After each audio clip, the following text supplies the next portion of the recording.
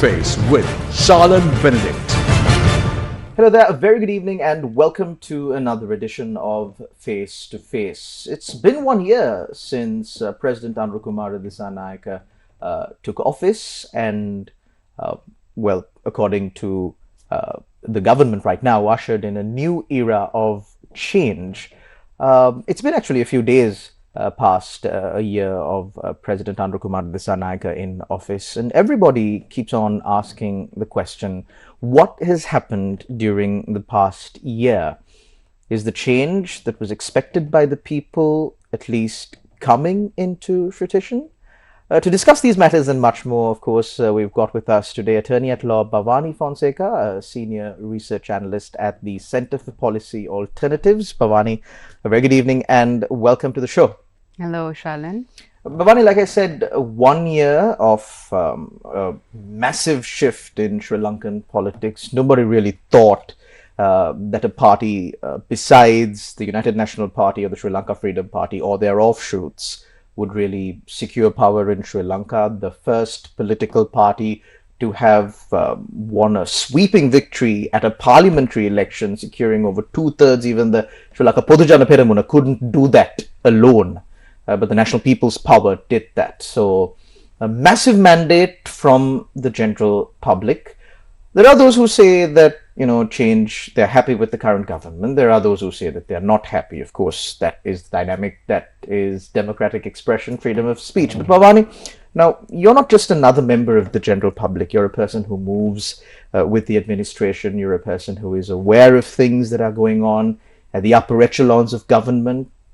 So tell us, from your perspective, have things really changed? Or better yet, have they changed for the better?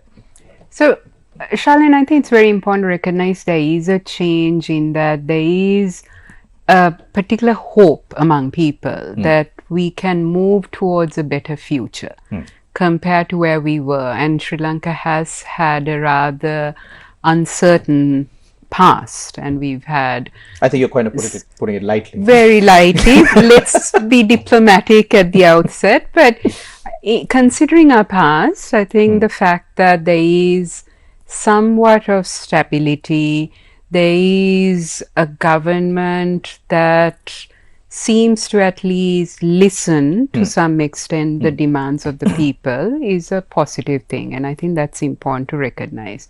We are also 1 year into the presidency of Kumara Dissanayake, but not really 1 year into the government, because the parliamentary elections were in November. So there's a bit more time for that. But really in 1 year, has the president at least changed certain things? And I think the main thing is that political culture. We had in the past, under successive governments, this kind of notion that those in government, those in higher positions were above the law, that there would be no accountability. Things could, go their way regardless. And I think in that sense, there is somewhat of accountability, transparency. And I think that's important. Even what happened today in court, in the Supreme Court, where there is a previous official who was held in contempt. The former Controller General of Immigration. And that was because of a case that was filed. And there are, of course, questions asked, not just him. There were others involved in that scam, the BFS scam as it was known. What about that? But I think there is a step in terms of saying there is going to be accountability for certain action. Has there been accountability for everything that has happened? No. And that's the question. Should more cases have gone to court? And I think that's something to debate in terms of could more have been done. I'm of the firm belief that more could have been done. But Bhavani, now the counter argument to that, of course, is the fact that when these matters are being taken before a court of law, there are those who come out and say, this is a political witch hunt. It's, they're seeking revenge. This is what they did in the past. They hate us. They don't want to, they don't want the opposition to speak out for the rights of the people. That's the kind of rhetoric that comes from the other side. And I know we need to tread lightly on this matter because recently there was a member of the Moroto Municipal Council, I believe, who was arrested for making a comment with regard to the court procedure or the orders of the court that were issued when former President Ranil Wickremesinghe was arrested.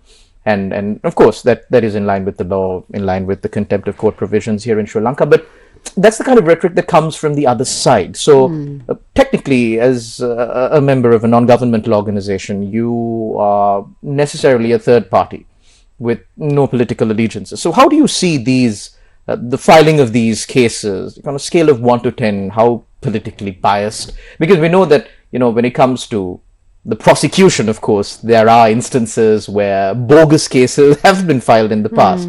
So according to your assessment, how bad is it or how good is it? So let's start with what the NPP said when they were in opposition. Okay. They spoke about all these cases, files on corruption, that was going to be one of the key things. That was a commitment they made, a promise they made in the campaign trail, that they had all this evidence, things will move very quickly. Now the question is, have all of those files they claim to have have all of them gone through that process? Now, granted, there are investigators, there is a proper process of prosecution. One can't do it in a way which is seen as a witch hunt. Definitely. If you're to do a case, go through the due process safeguards. But my question is, if all those files and cases that they claim during opposition were actually in order, should more have been done?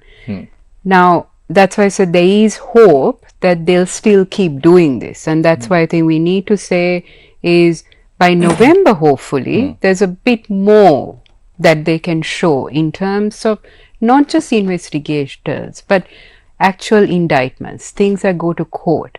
Because a lot of the times, not just with corruption, but also the human rights cases, what we've been said constantly is it's in investigation stage, but it will happen soon. Now, do it properly, granted, but cases such as Lasantha Wickrematunge's case, Prageet Ekneligode's case, the Trinco 5, that's one of the cases that I want to actually talk about, because just 2 days ago, the father of one of the victims, Dr. Manoharan, who was fighting for justice, died. He was fighting for nearly 20 years to seek justice.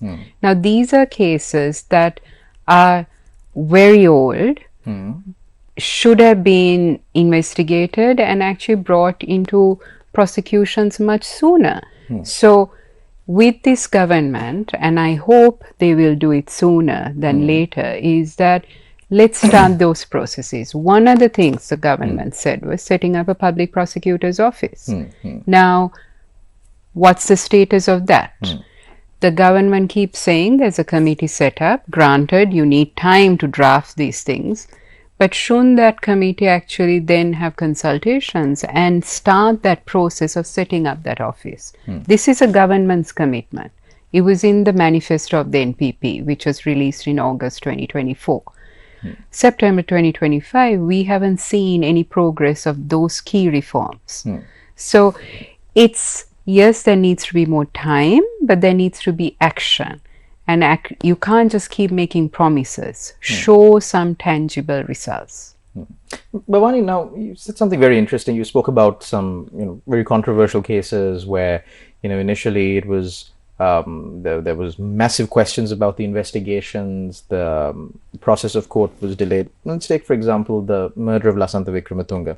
Now, you would know as well as anyone that in a criminal matter, beyond reasonable doubt, evidence is mandatory, and if there is insufficient evidence, the only path that a court can take is to acquit the accused. So now, when the NPP government was coming into power, of course, they said, we're against corruption. We will try and bring an end to these cases, like old cases, Prageet Ekneligodhe, Lasantha Wickrematunge, so on and so forth. And then there's also the issue of being politically expedient. Do you think that maybe the investigators, prosecutors are a little bit worried that given the insufficient evidence that is available and also the extensive period of time that it has been since the incident, you think that they're worried that, these defendants will just get acquitted and then that will be another political firestorm? I mean, that's of concern in terms of what's really holding back in terms of moving forward with some of these cases. Now, granted, some of them, there could be the question of evidence, witnesses, there could be those who are not alive, not around anymore to give testimony. I don't know what the reasons are. The question though is, if one cannot move forward, I think one also has to then come out and say there is an issue with some of these cases. But remember, Shalin, these are not just cases that have been just sitting around. Some of these cases went before commissions of inquiry. Some of those reports are with the government. So what really has happened? At least indicate the investigations happened. At this moment, there is insufficient evidence to go through a criminal justice process. Granted, there are some concerns. And I think considering certain aspects that have happened since the incident and now, evidence may have been tampered with or destroyed. One understands those things have happened, but then be very transparent in terms of say what the setbacks are. But I suspect there are some cases where there is evidence, but it could be that there is another reason holding it back in terms of, let's talk about the killing of Tajuddin, the rugger player. Now, there was a lot of information at that time. Can those cases move forward? So I think there needs to be greater transparency from at least those involved with the investigation side and the prosecution side, saying, okay, these are cases we are looking into. We will have some information in the next couple of months. Whether to prosecute or not is with the Attorney General's department. I think there needs to be a bit more public information coming out rather than saying we will do it. Now, I think though we need to recognize there's been some arrests and movement on the corruption side on some of the key cases. And former cabinet members were arrested. They face charges. That's a very important step forward. And that's why I said there is some good things we've seen in the last couple of months. But let's hope we stay that course, that more is done in both the human rights and the corruption front. Bhavani, let's move on to your cup of tea, governance. Now, the Centre for Policy Alternatives has been, speaking up on governance reforms for decades now. But of course, Sri Lanka, the need for proper governance, sound governance in Sri Lanka was highlighted the most following the economic crisis that we faced. So on the governance front, that was another key promise of this government. How do you think the government has progressed? Well, I think there is that change in terms of people feel there is greater transparency in terms of accessing the government, the cabinet, and that there is this notion that at least there is some kind of change. But you start unpacking. So when we talk about governance, let's talk about the governance reforms the government spoke about. And we're talking about 1 year. One was... Less than 1 year for Parliament. Less than 1 year for Parliament, but 1 year of the presidency. Now, one of the big promises was abolishing the executive presidency, having a new constitution. As far as I know, there isn't any movement on that front.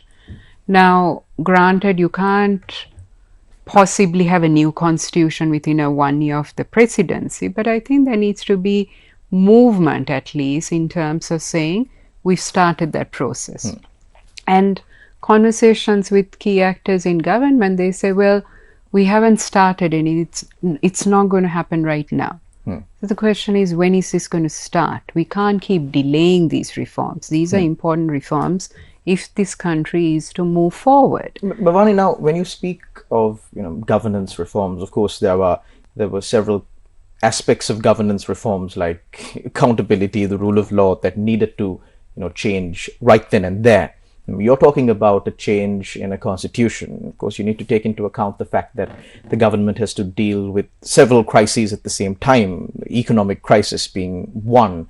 And of course, then you have to hold on to the political support that you get from the general public, to appease the general public, reduce the cost of living, increase the quality of life. So you take all of these competing things that the government is supposed to do with such limited resources. At this point of time, do you think the government has placed their priorities right? Well, let's look at the government. Okay. You're looking at a government that has one of the biggest mandates in recent years. I think throughout the history of the country.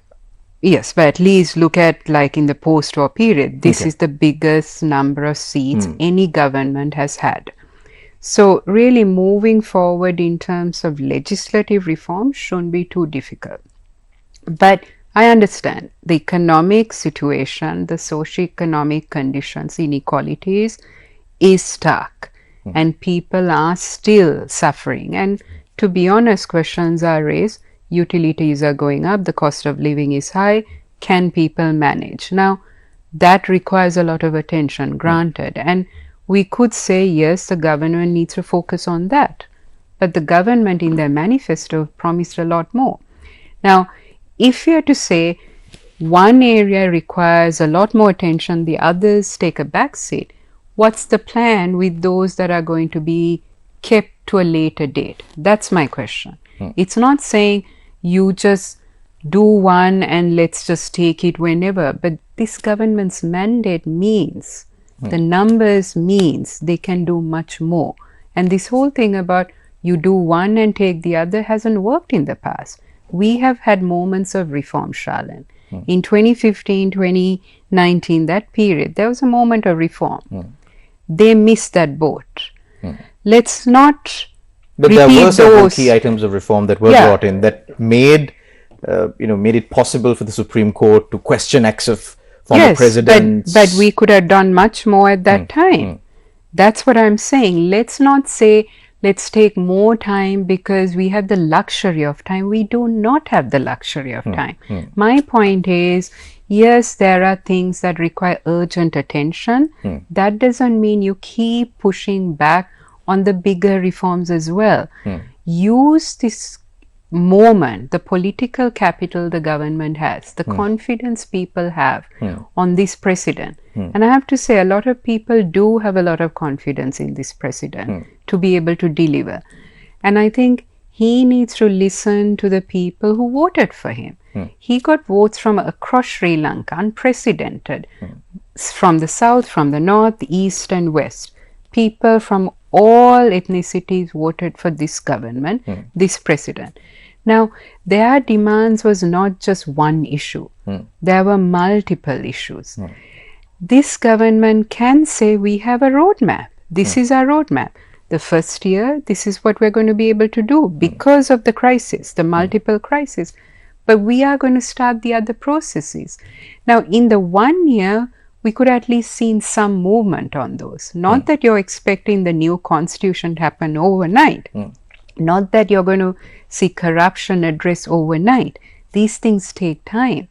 But if you keep pushing things down the road, when certain other aspects start happening in terms of the economic dimension, bigger reforms are going to be harder to move. That's my concern. So, Bhavani, of course, part of the mandate of the Centre for Policy Alternatives is to, push Sri Lanka, the government, the people, towards a positive direction as far as governance, human rights, and other issues in our country is concerned. So, how do you think that non-governmental organizations like the Centre for Policy Alternatives, we have several others, Transparency International Sri Lanka, so on and so forth, how can they assist the government in trying and getting these reforms through? Because of course with the mandate that the government has got and the massive reforms that they promised, it could be a situation where they've chewed on a little bit more than they can handle. Well, one of the things that's very important is that the government has conversations with the different stakeholders. It shouldn't be just those who they're comfortable with. You So have do to go. they have conversations with stakeholders With some in government, yes, they've been open to engaging, but I think there needs to be a bigger conversation. It's not just, as you said, CPA. There are many others, and some who may disagree, have different viewpoints, and I think it's very important, if anything, at this moment, to hear the different viewpoints and then start that process. So in that sense, for example, take a good example of this present initiative to repeal the PTA and bring in a new terror law. Now, this was in the manifesto. I believe the Justice Minister, the Foreign Minister have spoken about a new bill that's going to be coming about any time now. Now, there's been secrecy around this. There hasn't been transparency around this reform. There is a committee that's looking into it. I think many sent in submissions in terms of comments. Now, when this is to be made public, is there going to be consultation? And I hope there will be. There has to be a conversation. I mean, Charlene, if anything, we know how the PTA has been used and abused over the decades. This government promised repeal PTA, but under this government, unfortunately, we've seen the PTA being used. There hasn't been a moratorium on the PTA. So Bhavani, just out of curiosity, is there such thing as, say, for example, the fair use of the PTA? Is there a possibility to fairly use the PTA? No, Charlene, I think there's a huge problem if someone even thinks the PTA can be used fairly or justly. I mean, PTA, let's be very honest, has been weaponized against critics, against media, against minorities. I mean, people have been arrested for protesting under the PTA. Detention orders that span 3 months have been issued against those who are critical.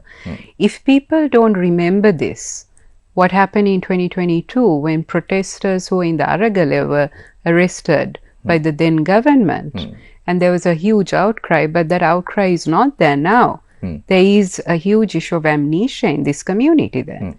So I don't think the PTA can be used fairly or justly because it's so broad. It can be prone to abuse.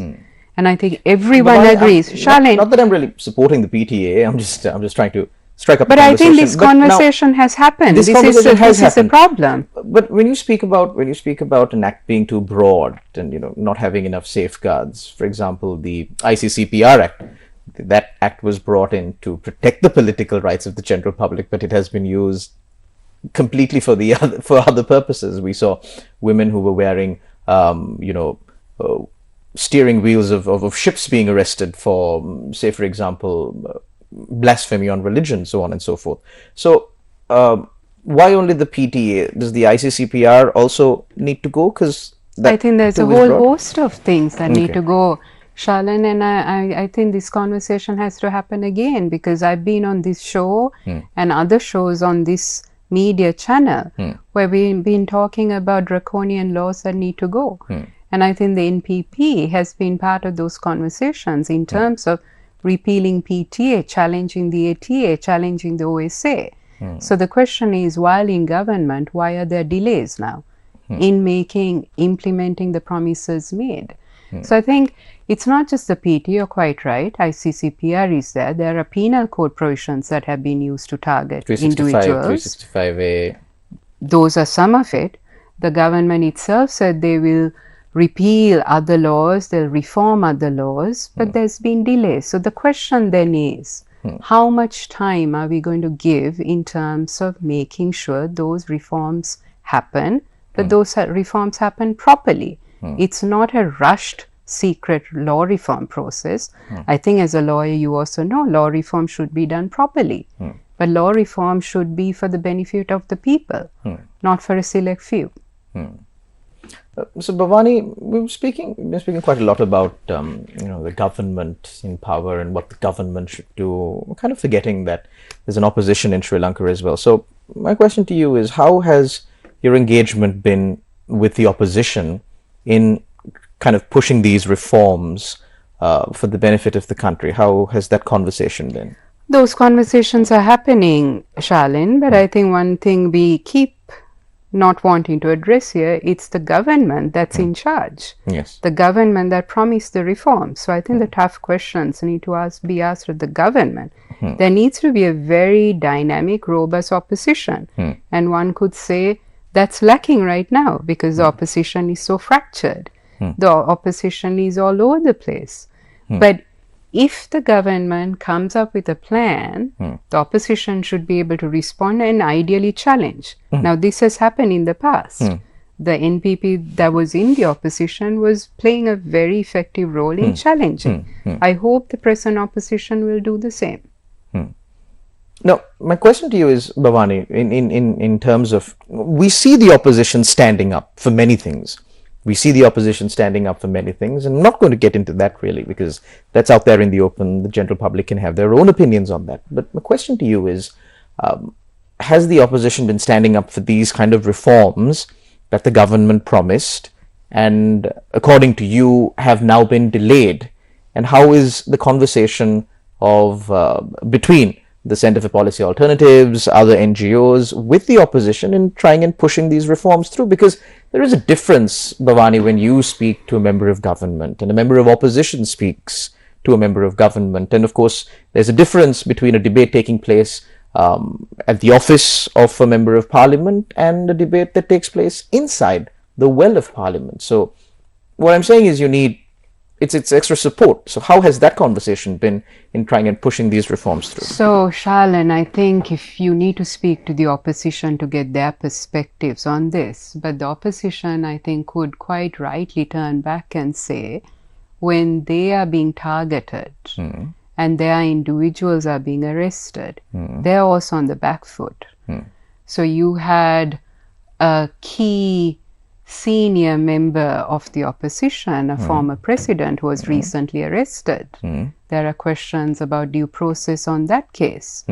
And how has the opposition dealt with those things? I think the opposition is doing their own thing. That doesn't mean we have to always be with the opposition in fighting these things, but we can come together on particular issues. Now, when the present government was in opposition and others, we were talking to them and being on the same page in terms of challenging some of the laws that came about. I mentioned the OSA. I mentioned the ATA. Now, these have been discussed, debated in this channel, in this show as well. Now, if there is a particular law reform that comes about, I hope the opposition also comes out and takes a very strong position. But I think it depends on the issue in that at that moment. Now, in terms of CPA, we talk to everyone. We don't just talk to one side. And I think that's important, that you talk to everyone. You may have very different positions, but it's important to talk to each other. And I think when there is a proposed law, it's very important for political parties, for civil society, for media, for any citizen to come out and say, this is our position. We agree on these things, we disagree on these things. And I hope what was seen in the last couple of years, especially post Aragalaya, where the citizen was much more active, engaged, is to be seen under this government, where more are able to critique and challenge. So you think the citizens are not able to critique and challenge? Well, we have to see something to critique and challenge. That's what I'm saying, Shalan. Under this government, the delays that we have seen, what is the piece of legislation that has come out under this government that has seen an overwhelming critique? We haven't seen major pieces of law. The proceeds of crime happened, very good. That was adopted earlier this year. But let's also recognize the proceeds of crime. That drafting happened under a previous government. We had the act to repeal the privileges of former presidents. We did, and you saw certain people going to court challenging it. You also saw sections of the opposition not voting for it. So you saw the opposition taking a position. But that was also rushed. I mean, I have to say, that may be one of the few laws that went for a vote, and within an hour something, the speaker signed it. So I'm very glad there is efficiency in moving these pieces of law. But I think a very important thing is, if you're not going to have a robust opposition, democracy is in a very dangerous place because who is going to be able to critique and challenge? And even media houses, even civil society needs to be able to question. We can't just take it as a given that this government means well and it needs more time. We need to keep asking the question, when are these things going to happen? Major promises were made. What's the plan now? When is the implementation going to happen? Bhavani, of course, the Centre for Policy Alternatives, along with other civil society members in Sri Lanka, have constantly spoken about the need for reconciliation. And of course, like you said, this president received the support from across the country, but of course, bringing the entire country to one place on how we are going to reconcile the violent past that Sri Lanka went through is still a big question. Regarding the efforts of the government on that front, what's your take? Well, again, what has happened is the question. Now, under this government, again in the manifesto, they promised establishing Truth and Reconciliation Commission. To date, we haven't seen anything. They said political prisoners will be released. We haven't seen anything. They mentioned addressing land issues. Not much has happened. There were 2 roads that were opened earlier. But we also saw in March. Recently, I think I saw. But Shalin, let me finish this. It's very important. In March this year, there was a gazette issued trying to take land that's unclaimed in the north. Okay. That was very worrying. State land. That could be private land. That's the question that many people had. It had to be challenged in court to stop that process. So when you talk about reconciliation, the question is, what is reconciliation for the people? For the people in the north, land is a critical part of reconciliation. When you have issues such as a gazette coming out that is trying to take land, that's not reconciliation. So the question is, I think it's so important to critique this, to question this. If the government is interested in reconciliation, show action. And this is why it's important, because this government, this president is so popular and is able to take this country forward if they do the right things. And that right thing has been slow in coming. So with regard to the previous sessions that were held under the Office on Missing Persons, so there has been no progress or further action taken with regard to what was collected back then through those institutions that were established. So Shalin, you have to speak to the OMP to understand the status of their work. I can't comment as a civil society actor. What I can say is under this government... But the result of that? No, let's be very... I mean, Shalin, you're asking me as someone who's sitting outside OMP to comment on their work. I can't do that. What I can say is the whole issue of enforced disappearances has come up again under this government because now Chemmani and other mass graves have come up. The minister has said publicly, and I think on this show itself, there are 17 sites of mass graves. The fact that there is now space to talk about is very important, considering a couple of years ago where there's complete denial that these things happen in this country.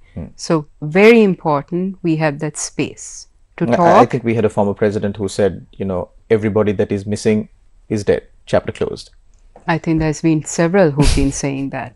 But the fact is that it's not just enough to say we have an institution and there are mass graves. What is going to happen next is the question.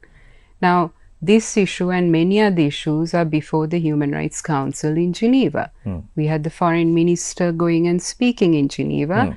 And this week, I believe the justice minister is going to be in Geneva on the whole issue of enforced disappearances. It's very important to engage with all these processes.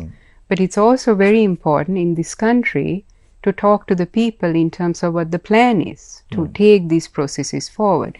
So with the mass graves, what's the government going to do? Is there going to be funds allocated in the new budget that's coming up to address these issues? Publicly, they are saying the right things. Now it's to see what is going to happen. So, in addition to all of that, what I was trying to interject before Bhavani is to say that I believe Minister Bimal Ratnaik, when he traveled to the north and had a district development committee meeting or chaired one of those meetings, he was challenged by several members of ITEC on the release of land. And his perspective on this is what he said. What was done is a matter up for debate. He said that land is being released to the people in the north. We're just not making a hue and cry about it. So is there a possibility that land is actually being released to the general public without calling for maybe massive events where deeds are presented to the people and it's being shown to everyone on the media? I agree. I don't think you need a whole drama and tamasha to release land, and I hope the minister is correct if he says land is being released. But I believe the issue was also raised by a member of parliament from a Tamil party who said it's not being released. Yes. So, I'm assuming that member of parliament also had the facts right in terms of what's happening in his own constituency. Now, this could be two politicians saying what they feel is right. But I have to say, in terms of the land issue, because it's an issue I work quite closely on and have been working for quite some time, I haven't seen enough being done. If anything, the fact that there was an attempt to take over 5,000 acres in the north raises concerns as to the real intentions. Now, some have said that that gazette was misconstrued. Then come out publicly and explain what that is going to be. The thing is, which I've been saying quite a bit, is there are nice statements being made, but to the people, they're not hearing this or not seeing enough. Now, there may be really good intentions in releasing political prisoners, releasing land. These are confidence building measures. We're talking about reconciliation. But if not enough is being done, questions should be asked. And I think in a democracy, it's very important for those questions to be asked and be given an answer, because that's the change we want. Now, if a member of parliament from an opposition party raises this issue, and if there's actually information that's available to say this extent of land is released, say it. You don't need a tamasha for it. You just say, in this district, in this division, in this Grama Sevak area, X amount of land has been released under this government. I think that's very good. If it's being done, do it. As far as I know, Shalan, I think it's only 2 roads that have been released. That's the question that people are asking. And as we speak, there are increasing concerns in some areas in the north and east that there are triggers of conflict happening, where the majority community is attempting to take land of the minorities. That is happening as we speak. This is on social media. There is evidence of it. So this is the concern people have on the ground, that not enough is happening. So raising this doesn't mean one is being too critical. Raising it means do better. This is what was promised, a change, do better. Bhavani, one final question. There was a very popular phrase back during the 2015 presidential election after President Maithripala Sirisena won and got a similar mandate against corruption, reconciliation, so on and so forth. Since Sinhala it said, "Thatiya ratwenakota rotiya puchcha ganna one," meaning as the government comes into power, the first year or so is when the most change can be done. So it's been, like we began the conversation, it's been a year since President Antakumara Dissanayake has come into power, just a month less than a year since the government came into power. Do you think we've missed the train on that, bringing in massive reform to Sri Lanka? Or are you still hopeful that something can be done? I'm still hopeful. I mean, let's be very realistic. I think the change that people wanted has started. Okay. We are a long way off in realizing that change. But the fact we have a political leadership who said the right things, is doing certain things to address grievances of particular sections of community is important. One recognizes that. But if you are to have transformation in this country where it's a system change that people demanded for, a government that's accountable, a government that is transparent, where citizens are equal and can live in dignity, there's a lot more that needs to be done. And it's not just, as a lawyer, I'll say we need the laws. So it's not just the laws. It's being able to live as an equal citizen and not live in fear that there could be an arrest, there could be a detention, that one's land could be grabbed, that there could be someone else who comes and just willy-nilly take over a business or something. There has to be checks and balances that work for everyone. There has to be accountability processes that work for everyone, not just as theatrics. Now, for that, all that to happen, that change has to be also entrenched. You can't just expect one individual to do everything just on charisma. And that's something very dangerous. That's why a new constitution abolishing the executive presidency is critical to get the safeguards in place, to have institutions that are independent. Now we have institutions like the RTI, we spoke about that before this show. We have the Human Rights Commission, they're doing some very good work. But these institutions need to have frameworks in place that no one interferes with their work. We can't have the executive telling other arms of government what to do. We have to have an independent judiciary. Likewise, we need to have individuals who know if they do something wrong, there'll be accountability. So this is my hope, is that the mandate given, the promises made are now realized, but realized in a way that is sustainable, that we don't miss the boat again. Reform moments have happened in this country for way too long, and those missed opportunities are way too many. I hope this is not the time we repeat those mistakes. We get it right. It will be messy. It will be difficult. There'll be shows like this where we critique and debate these things. But that's important.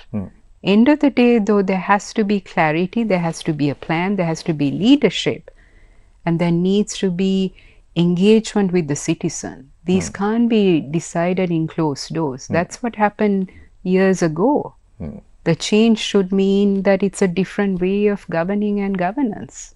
And of course, Bhavani, like you quite rightly pointed out, the citizenry in Sri Lanka were extremely involved in politics and political decisions during the period of the Aragalaya post-economic crisis, so on and so forth. But there is, of course, the human tendency when one gets a little too comfortable with the life that they have. And of course, it is important for the general public of Sri Lanka to not forget what has happened in the past and to keep pushing for reform, keep pushing for what you believe in, and keep pushing for a better Sri Lanka for you and for me, for all of us. Thank you very much, Bhavani Fonseka, a senior researcher at the Center for Policy Alternatives, for joining us on our program today. And of course, we hope and pray that you'll be able to critique these laws a little bit more. Join us once again on another episode of Face to Face, where we will hopefully be speaking a bit more about some laws that have actually gone through, maybe probably the repeal of the PTA.